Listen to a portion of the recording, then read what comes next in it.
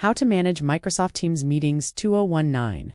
Want to know how to keep track of your appointments and schedule meetings in Microsoft Teams? We've got you covered. In Meetings, you'll see a list of all your appointments for the day or work week. Your meetings list stays in sync with your Outlook calendar, so you always know what's going on. Got an invite? Select it to find out what the meeting's about, who's attending, and to send a quick response. To schedule a new meeting, click Schedule a Meeting. Give your meeting a title and enter a location. By default, it'll be an online meeting in Teams. Choose a start and end time,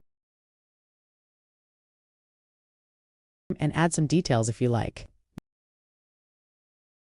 Next, add people to the meeting by entering their names in the Invite People box.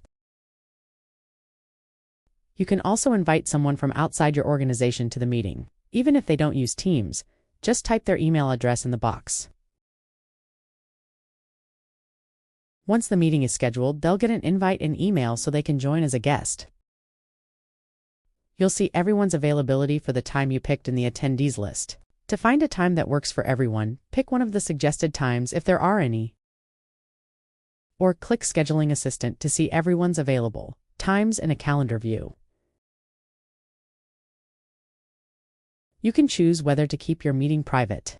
Only the people you invite will be included, or make it open to a certain channel. If you host your meeting in a channel like here, everyone on the team can see a notice in the Channel's Conversations tab. This way your whole team can set meeting agendas, share files, or leave comments there whenever you want to view, manage, or schedule a meeting. Go to Meetings. Thank you for watching us.